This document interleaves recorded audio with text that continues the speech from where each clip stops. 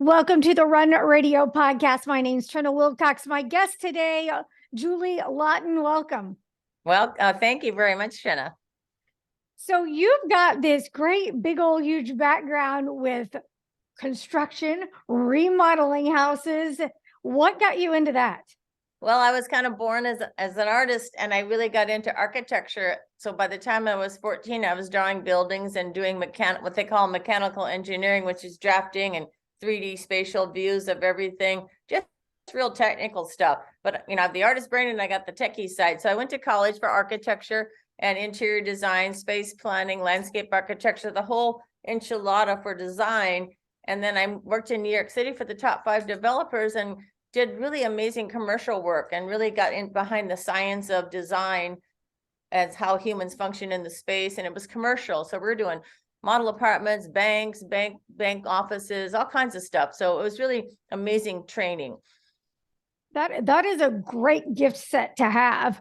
Mm-hmm. The ability to visualize something and then even get it down on paper, but then bring it to life. What was something though you didn't expect about architecture when you walked into the world of it? Well, in the beginning of architecture in college, I wasn't digging the trigonometry and the stuff you can't feel and see. So it was boring. So I was like, okay, I'm not going to be the girl that designs these 40-story high-rise building structures. I'm more interested in how the humans function in the space and what am I going to do to make it magical and make it work for the humans that are occupying these spaces. So that's my focus. So I jumped out of architecture into more of the design and the ergonomics of finishing the space so it's visually appealing and it feels good, because everything you see and touch when you're inside a space is what I focus on. That's my training. What's one of your favorite things about design? Is it more the aesthetics, the ergonomics, like you said, or is there something else that is just your favorite thing to hone in on? Well, if you've ever driven a Maserati or been in a Bentley, it's creating that feeling of complete synergy of, oh my God, this is beautiful, but oh my God, it functions perfectly. Ferrari does it, Bentley does it. It's that entire thing from the look, but it's the function. So it has to function. It's the science behind the function. And then, oh my God, it's pretty. It looks good. I feel good. It's both. So just so you know, it has to be both. Have you ever thought about car design? Oh yeah, I think about it constantly. And I have a car design in mind, and I always look for the manufacturers who might be doing it, but they never do it because I like the Aston Martin or the 1960s muscle car. So I like the soft fluid lines, the old Jaguars. I'm into those cars so much. I don't like the hard lines but I like the aerodynamic. But I have car designs. Oh yeah. Cool. As an artist, what was or is one of the hardest things or concepts for you? You mean the concept? Well, as an artist, it's endless. So when I walk into someone's house, I can see everything that can be done and pretty much how much it'll cost. So I have to kind of get that wrapped around the client's head and keep everything on budget too, because anything's possible.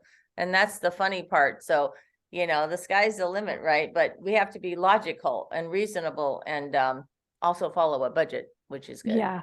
Yeah. Have you ever had a limitless budget? Yeah. Was that actually easier or harder to make decisions with? Well, when you don't have any budget or constraints, then you make the decision what's logical. Because in a way, it's harder the less the client's involved, because you're actually directing, you have to kind of manage it more in a way. Yes, it is funny enough, because the other way, it's just boom, boom, boom, boom. Yeah, no, you can't do that. But yeah, the limitless budget gives you a lot more opportunity to explore, and then you have to be the one that says, okay, this works. But but I still can't. I'm not the type that goes crazy. I'm kind of conservative as a designer, and I always want what's best, but a little bit more quality. But I would never, go too crazy. Well, so you've got tons of experience, but people like me, I get scared of those kinds of things because I can see lots of great things, but I don't have that ability to visualize it like you do. So how would I avoid a nightmare if I wanted to redesign a room or my whole house? Well, you just said it. You have a fear of the unknown, and everybody has a fear of the unknown. So do I. If I go to work with someone else in their profession, and I don't know what they're talking about, and I can't see what they see, I make them show it to me and explain it. So what I do to my clients is I give them that checklist. It's like 1,000 items long, but I have it in 7 simple steps. But what I do is I take everything out of my client's brain, put it on paper, and put it in a color 3D model. They can see. We don't make a move on building it until the client is comfortable with the visual, because most people can't read plans, right? It's impossible. So I put all your stuff in a colored picture so you can see it. And then when you're comfortable, then we keep moving. But that's all you got to do, is be able to see the vision. That's the secret. My parents built homes twice, and I've always heard that phrase, if a couple can make it through building a home, you're gonna have a marriage that lasts forever. Like, it is a lot of work. So when everybody talks about wanting to design their own beautiful dream home, how realistic is that, and what tips would you give for making sure that happens when you enter into that home building world? Okay, well, there's 3 things in the world that the highest 3 stress factors: death, experiencing death, getting married, and doing a remodel or building a home. Those 3 are the top 3 things you can go through to put yourself through literal hell stressing about. So like when you get married, there's so many things to decide. Hire a wedding planner or have someone else help you, because you're not going to enjoy. So my advice is, I have 7 simple steps on my website, but my advice is hire someone to help you that's qualified. And that starts with the architect. Whenever you hire an architect, they say hire an interior designer, because they don't do that other part. Then you have a contractor. So traditionally you have 3 people plus the 5 engineers. You're going to need a project manager to help you make decisions, because you don't know the answers. And then you're going to be asked 1,000 questions along the way. So if you don't know the answers, you don't want to guess. So it's always good to have a project manager or someone along with you, or just ask every single person on your team to collaborate early on, because if you don't get the contractor involved with the architect, he might draw plans you can't afford. And then the designer or decorator might just take your budget and blow it on furniture and accessories. So you got to really have everybody, a teamwork, a team that collaborates. Because with me, it's just me, one person. But with everybody else, you have a collaborative team. Don't hire people that don't know each other. Hire people that enjoy working together and trust each other and respect each other. Otherwise, you'll have a nightmare. How would a person know if they should start from the ground up or just remodel the home they already have? It's pretty easy when you look at how much it'll cost. So you got to go through, what do I really want? And can I live with what this home can handle, and what it'll cost me to do that? Because most homes, it's cheaper to keep the house than build ground up. But some homes it's not, because you can't accomplish it, and you'd actually really literally rebuild it, and you aren't really saving anything. So you just look at the bottom dollar cost, because new houses have new foundation and new footings and all that. And the other house, you keep all that, and you keep some of the walls, and then you add to it. So it's always cheaper to remodel. But in some cases, some homes aren't worth it and aren't structurally sound and may have too much dry rot or mold or unstable foundation. And then you don't want to deal with it, because it'll cost more to fix them. So it's a whole analysis up front with your architect and your contractor together. And structural engineer. You got to have the engineer involved day one. Is there a good time to know when you should remodel? Oh yeah, when everything starts falling apart and you're tired of bumping into people on the holidays, or even when you have a dinner party. So if it's not functioning for today, and maybe your kids are older and you can't entertain anymore because your kids are part of the entertainment. So it's usually when your family changes a little bit and there's more people participating in cooking and entertainment and in the house. But you want your kitchen to be open. You want your kitchen to flow with your outdoors if it's possible. And then, of course, if your cabinets are falling apart and your appliances are garbage, it's time. It's usually, the kitchen's where it starts usually, because that's your workshop. You said something about outdoors. I love eating outside, but sometimes the bugs are a hassle. Is there a good way to marry the two, to have that outdoor feeling, open airiness, but the, safety of your indoor house? Oh yeah. I like glassed in rooms, or like atrium feelings and skylights. So if you get enough light in the room, it feels like an outdoor space. And you can always have those doors that are all glass that move and close, and you can be in there and it can be air conditioned and bug free for sure. Because depending on where you live, I'm from Iowa, when, the mosquitoes, forget it. It's impossible. You can't burn enough citronella candles, so, Right. so, Right. yeah, it's lots of glass. That's all it is. Lots of glass and skylights always makes it outdoorsy. When you think about design, a lot of times, just from tradition, usually think that's something that more women would handle and that men would do more of the construction and architecture. But is that changing? Is there a lot more of the women doing construction and architecture than ever before? In the beginning, there was very few because the architecture and construction is male dominated, but now there's lots more, and women are being encouraged more to get into construction and project management. But there's a lot more female engineers, from all the 5 engineers to architects, a lot more. It's way more diverse in the last 20 years. I think the percentage is still below 50%, but it's way more than there was, and it's growing all the time.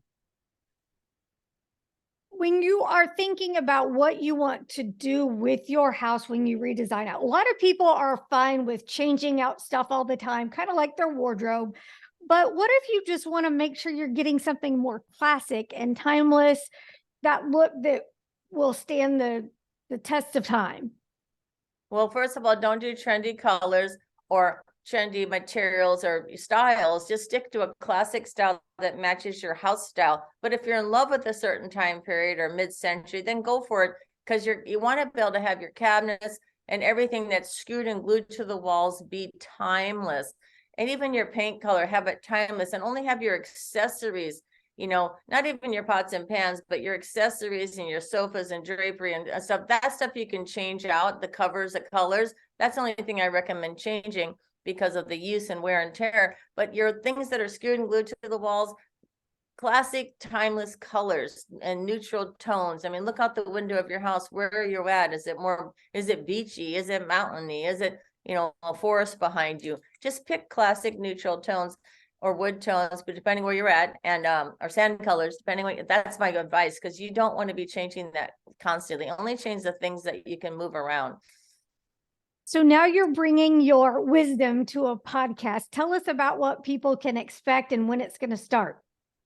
Okay, so my podcast will be launched this week, and it's basically Julie Laughton Living. It's just me talking about how I got where I got, why I chose to be a contractor and not just stay a designer, and all the wisdom I learned along the way of how to do it right the first time, how to avoid a nightmare, because every job can be nice and wonderful and fun if you follow the simple steps and don't skip steps. And then, of course, you have to build the right team you work with. But there are rules and guidelines and places to go for information, so you know what you're looking at or talking about before you start, because most people start completely blindly. And my job is going to be to educate, more people how I do it, so you know what to look for. And I mean, even to look up building codes in your local city, so you know what you should or shouldn't do without a permit, which is nothing. Yes. Good to know right away. So if you were in this world, what would you be doing?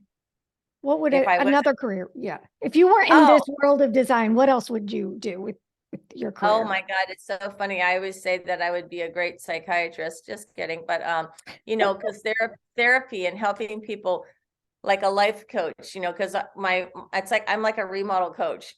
Yeah. Yeah. You're guiding, because you have to give the client information and sort out their thoughts for them to even be able to make a decision with us. So a part of my job as a trained designer is working with the client's thoughts and feelings and emotions. So that's really huge in the background. So, or a race car driver, because that's how I drive. You've got a lot of experience with that, I guess. I'm kind of competitive. So I was on scratch golf, 7 handicap golfer, and I played sports, so I'm competitive, but I love to drive, and that's my happy place, is inside my F-150 King Ranch with my killer stereo system. Oh my goodness, that sounds fun. That sounds really fun. And I'm a drummer, so I could have chose to be a musician. Gosh, I love it.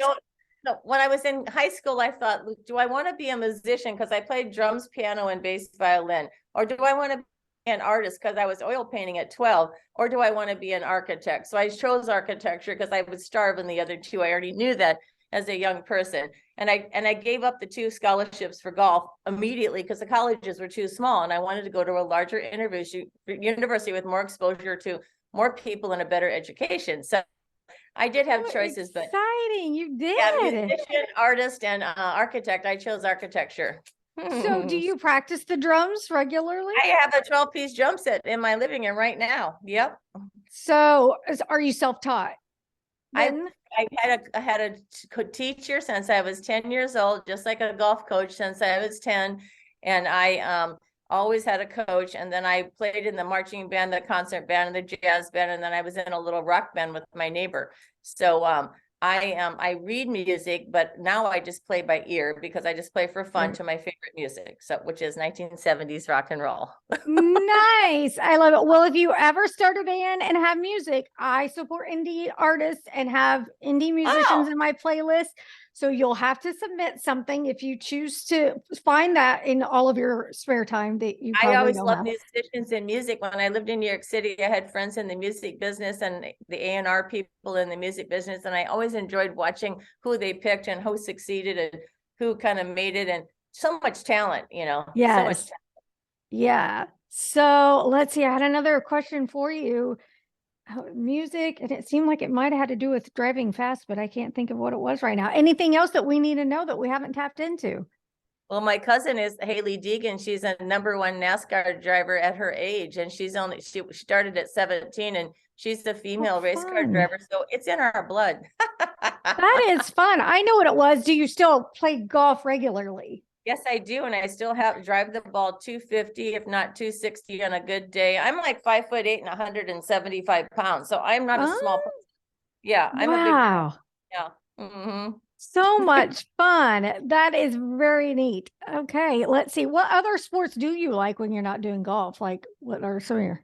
Well, I used to play tennis and I was a lifeguard for 4 years. I was the youngest certified lifeguard in Iowa at 14. So I did that for 4 years during summer break of high school. And then I would teach swim lessons to kids and adults. So I like swimming, you know, and all that good stuff, but I don't have time for much except golf. And I haven't played tennis for a while, but I have everything. But I like golf because it's social and gets me outdoors. Yes, very cool. Well, thank you so much for sharing.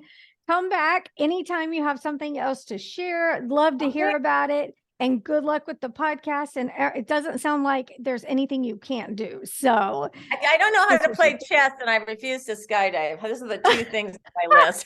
all right. Just 2 out of all that. I think you're good. Thanks so much. Tell us your website one more time. JulieLaughton.com. Thank you so much. Thanks so much. Thank